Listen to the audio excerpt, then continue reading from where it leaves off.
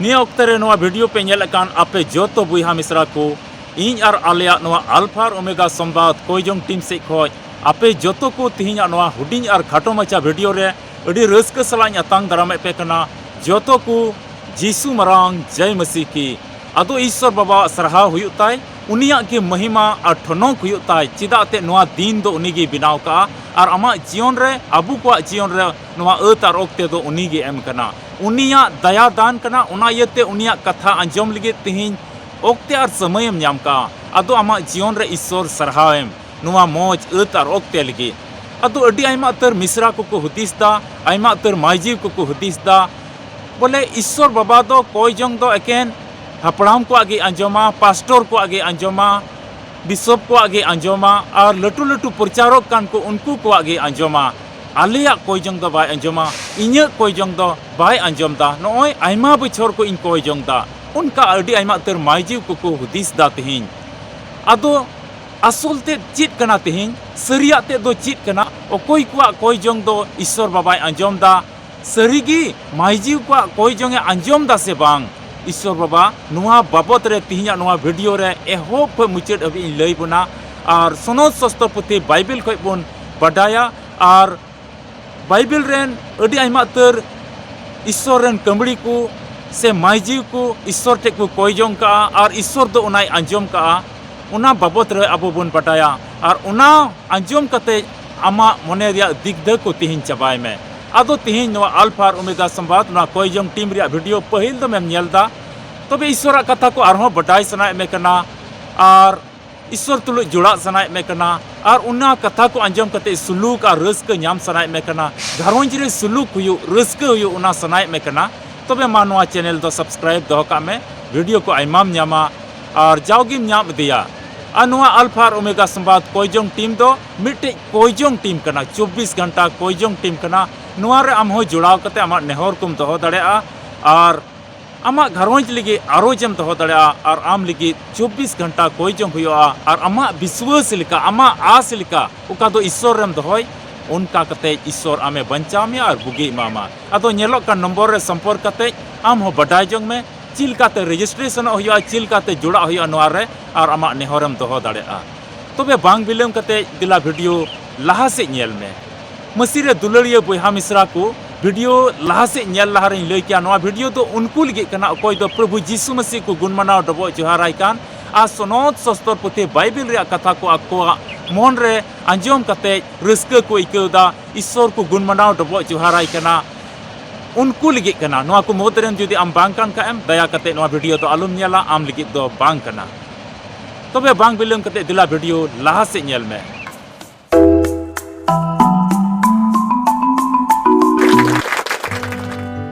मसीरे दुलड़िया बुहा और मिश्रा को तिहिन नोआ धरती तलाम टुंडे रे ईश्वर अडी मोजे दोहो का बुना और उनी बुन गुण मनाव डबो जोहाराय कना उनी बुन सरहाव दी कना आबू होते ते उनिया महिमा हुयुग कना एते ईश्वर तो अडी दाड़ी नि कनाय और ईश्वर बाबा दो नोआ धरती सिरजेव का मिमि मनवा कोई सिरजेव का कोआ और उनी आया उर्गन मुठन ते मिमि मनवा कोई बिनाव का कोआ और मनवा को ठेक को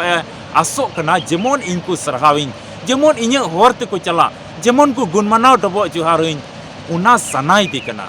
अदो नोआ कथा में बडाई से बांग जुदी बाम बडाई का मा तो बेदिसे काम ईश्वर बाबा हो सनाई दी कना जेमन मिमि मनवा को उनी को गुण मनाव डबो जोहाराय और उना मोदरे आम हो कनाम आमा घरोंच रे तीना होड़ मेना पिया आपे जोतो होड़ा दयिक कना ईश्वर पे गुण मनाव डबो जोहाराय अदो अडी आयमा तर माइजीव को तिहिन को हुदिस दा तिहिन नोआ विश्वासी जीवन रे नोआ मसीह जीवन रे आयमा तर माइजीव को आयमा तर मिश्रा को हुदिस दा इन्य कोयजोंग तो बाय अंजम दा ईश्वर बाबा दो नोय 10 बछर को इन कोयजोंग दा इन्य हड़मटी रे अडी मुश्किल मेना नोय जुरी परी बालिन जुतु कना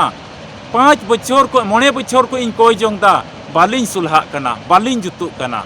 नोय नोआ घरोंज को तकलीफ और बेसुलुक बांग चबा कना आयमा बछर को इन कोयजोंग दा नोय इनरेन गिदर पिदर बनु कोआ आयमा बछर को इन कोयजोंग दा गिदर पिदर रिया भर ईश्वर बाय एम काव दिnya अदो उना इयते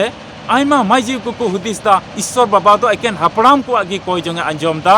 एकेन पास्टर को आगे कोयजोंग अंजम दा एकेन बिशप साहेब को कोयजोंग अंजम दा और ईश्वर रेन मरांग मरांग गुती कान को उनको को कोई जंग अंजम दा उनका मन रे को पतियो दो कना को मन रे एकदम को विश्वास कना बोले इन कोई जंग दो बाय अंजम दा आदो उनका दो बांग कना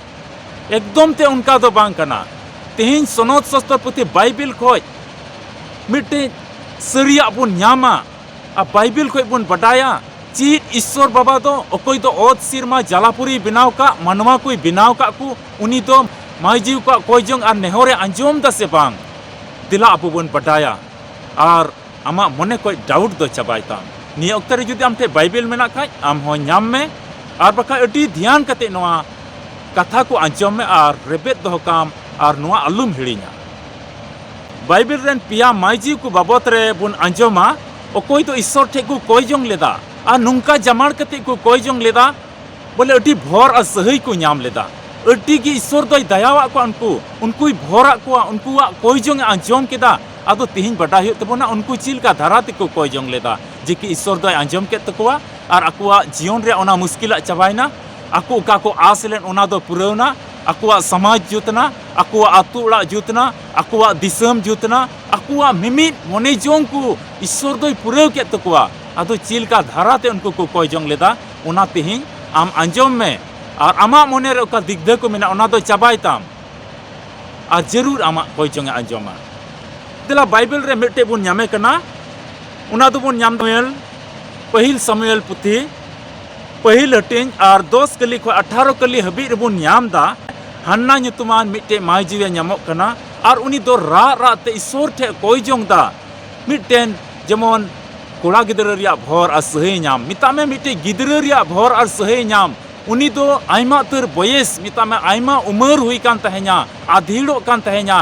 और आतु उड़ा रेन को रोड़े कान तहे냐 उक्ता निंद चर्चाए कान तहे को लांदाए कान तहे को निना बछोर नुई दो हुईना और नोय बयस आइमा आइमा उमर हुयन तया आधीड़ो कान तया बुढ़ी से चला कना गिदरा कुर कुताय अबु बुन बटाई गया जहां रेन गिदरा बाको तहन का एकदम को रोड़ा होड़ को हांडे नांडे को गालमारा और को ठट्टाया और उनका लकाते बड़िया को गालमारा और को लांदाया उनी बाबत रे गिदरा की बनु को नुकिन रे गिदरा उकुर को और उनका लिकाते अडी उनिया जीवन दो नर्वस चबाव कान तह냐 मेनका ईश्वर ठे आस तहे कान तया आतु उड़ा रेन आडे पासे रेन आइमा कथा को रोड़े कान तह냐 गिदरा की बनु को नोई रेन तो नुई दो हंकान गया नुई दो नंकान गया नुई रेन गिदरा दो बाकू हुई आतिस गे उनका आइमा रुकम को रोड़े कान तह냐 उनी हन्ना तो ईश्वर ठे भरसायना और रा ते कोई जोंग किदा जेमन गिदरा रिया भर दानी न्याम ईश्वर बाबा ठे नेहरना ए ईश्वर बाबा गिदरा रिया भर दान माइन में इन्या कुकी दो का बंद कान ओना दो झीज कतेñ में और गिदरा रिया भर दान आ सही माइन में असरी की हन्ना आइमा बछोर हबी रा ते ईश्वर ठे कोई जोंग किदा ईश्वर ठे राग किदा ईश्वर ठे नेहरना और उनिया कोई जोंग दो ईश्वर अंजम किदा और मिट्टे गिदरा रिया भर दाने एमाव दिया आ सरी की आइमा बयस हुई कते हो आइमा उमर हुई कते हो उनी दो गिदरा रिया भर दाने न्याम किदा गिदरा न्याम किदिया और उना घरोंच रे रस्क हेजना उना घरोंच रे मिट्टे उका दो अधूरा मने जोंग तहेकान अधूरा आस तहेकान उना आस दो पुरौना आइमा बछोर खोय कोयो हर रे तहेकान हन्नावा जीवन रे उना दो पुरौना दुलड़िया बुया मिश्रा नडे बुन बडाय दाड़िया कना उनी हन्ना ईश्वर ठे रा केते उमर आइमा हुई कान तहे रहो ईश्वर बाबा दो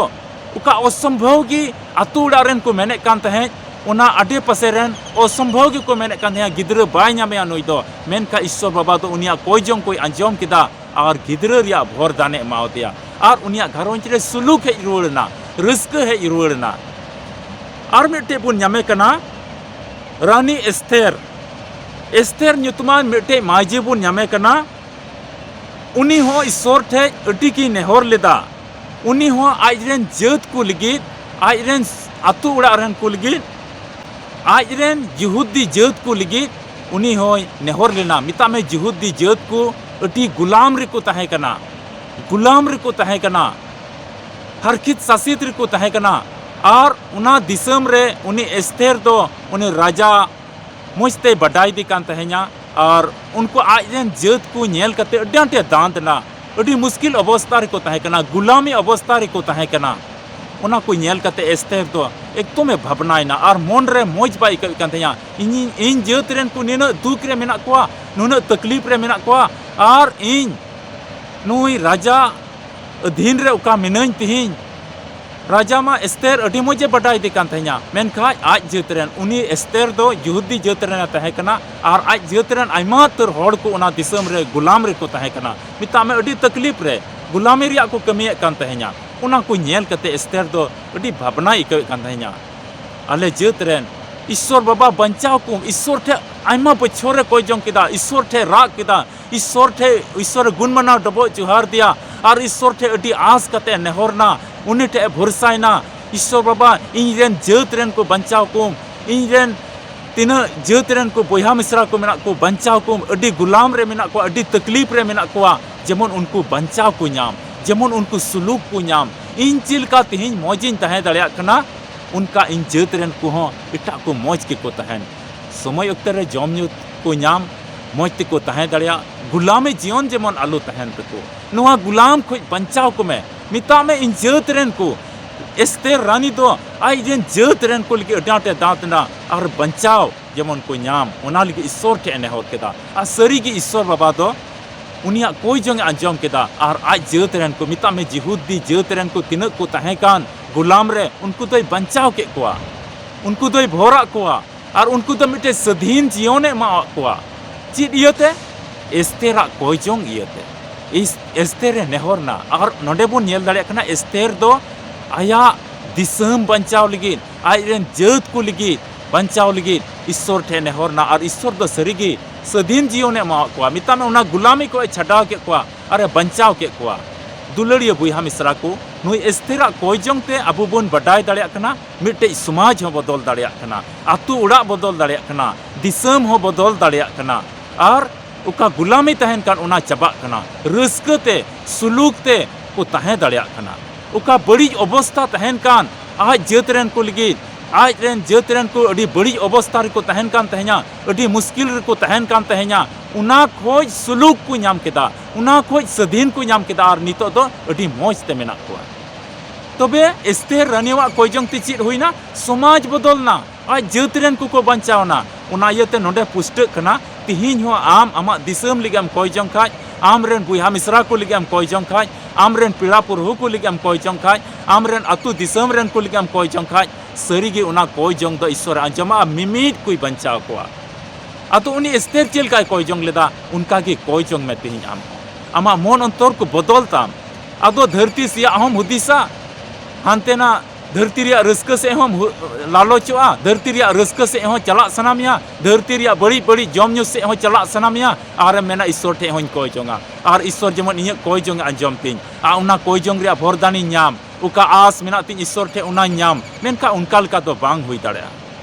ईश्वर ठे उनी स्थिर लिका पतियव कते विश्वास कते जमाण कते उनिया कथा को अपनारा मन अंतर रे दोहो कते उनी ईश्वर बतौर सला उनी गुण मना डबो जोहारम तबे आमा समाज आमा रेन जात रेन को आमरेन पीड़ा को आमरेन बुहा मिश्रा को आपे तीना मेना को आमरेन जोतोय बंचाव पिया आमा कोई जंग आंजम नुआ कथाते अडी पुष्टते सबितो कना तिहिन उना इयते मिश्रा को से तीना मायजी को मेना पिया नुआ कथा तिहिन आलु पे हुदिसा आम आलुम हुदिस जंगा तिहिन इन दोय मायजी कना इnya कोई जंग द बाय आंजम तिया ईश्वर आंजमाय जरूर आंजमा और मिट्टे मायजी उनका के बोन नामे कना और उनी दो कनाय मरियम ओकोय दो प्रभु जीसु मसीह आबुरेन बाबांचाई कना उनी रेन धरती पहटारन ओकोय आज गोगोय तहे कान उनी गोगो मरियम विश्वास बोन नेलदा उनी हो ईश्वर से खोज सिरमा दूत होते ते मिट्टे गो कथाय नाम किदा बोले ईश्वर बाबा दो सिरमा बाबा दो आमरे मने मेना तया और आमरे कुसिव कना चिदाते आम दो अडी सनोत गियाम और आम को मिट्टे कुड़ा गिदरे जनामोआ और उनी दो आइरेन होड़ कोई बंचाव कोआ ओकोय दो पाप रे मेना को ओकोय दो बड़ी रे मेना को ओकोय दो धरती रे रस्क रे मेना को और कई घट से को चला कान मितामा कई इयते अडी बड़ी दुर्दशा उनको हुआ उनको आज रेन होड़ को उनी दोय बंचाव कोआ उनकानी रेन गोगो तिहिन दो आम दो हुआ और आमा कुकी को उनी दोय जनामोआ तबे नोआ को कथा अंजम कते मरियम हुदिस कदा इनमान बापला बांग हुई कान तिnya और नोय मिठे बांग हुई कना अलिन जुरी परी मिठेन बालिन मिठे दाड़े का बापला बांग हुई कना चिकाते नोआ कथा दो हुई दाड़ेआ होड़ को लांदाया आडे पासेरन को रोड़ा आयमा रकम को रोड़ा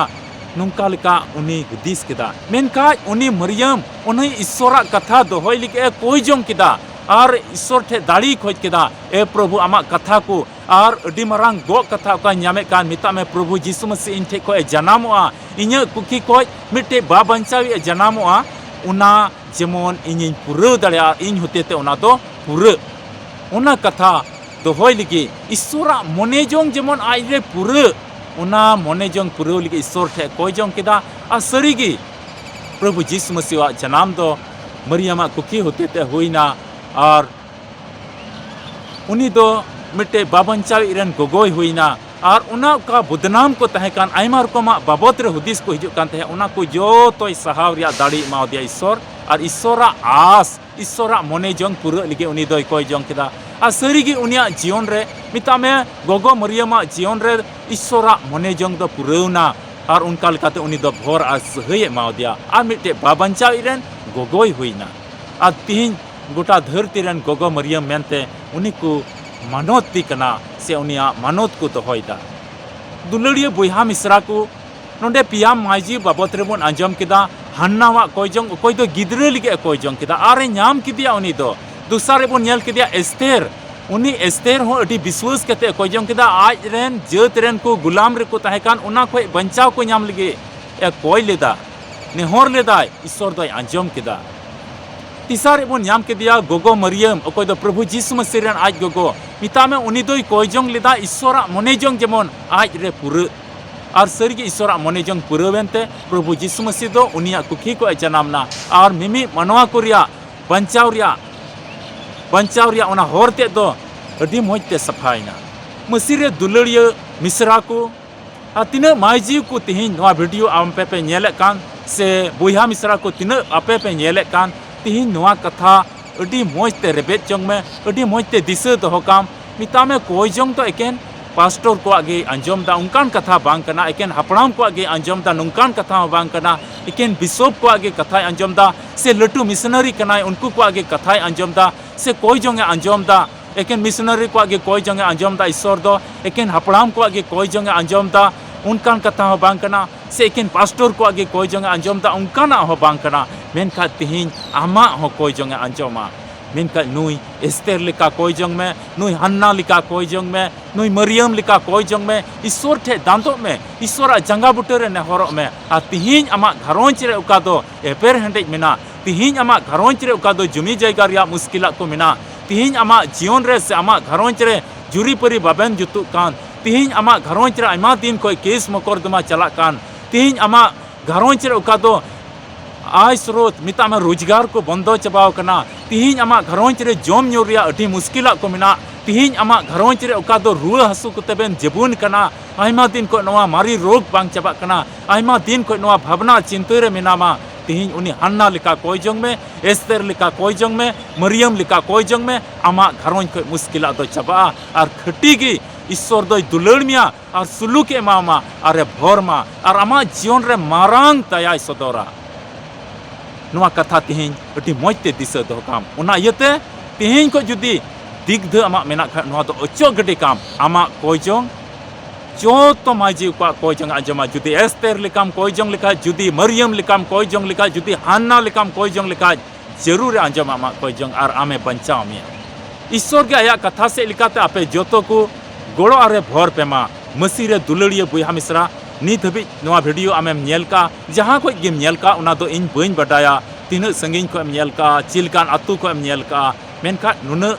आसार भरसा मेना तिnya आम तुलुñ हो ईश्वर मेनाया आपे ओड़ा रे हो ईश्वर तिहिन आमे नेले मेकना हिजुक उनी ईश्वर से आमा मने अचूर ताम मने लावीर ताम आमा मने उनी इमाय में आमे बंचाव में लगी आमा घरोंच रे सुलूक को अगुया आमा घरोंच रे हेलमेल को अगुया आमा घरोंच रे उना मकरदमा जो तोय चबाया आमा घरोंच रे चिंता और हमाल बुझा को जतोय रावाल लगी उनी ईश्वर से आमा उनी एस्तेर लिका मन इमाय में उनी मरियम लिका मन इमाय में उनी हन्ना लिका आमा मन इमाय में आमा मन अंतर को जिमावाय में और आमा जीवन को मुश्किला को जतोय चबा गड का आम कोयो हर रे उनी ईश्वर बनाए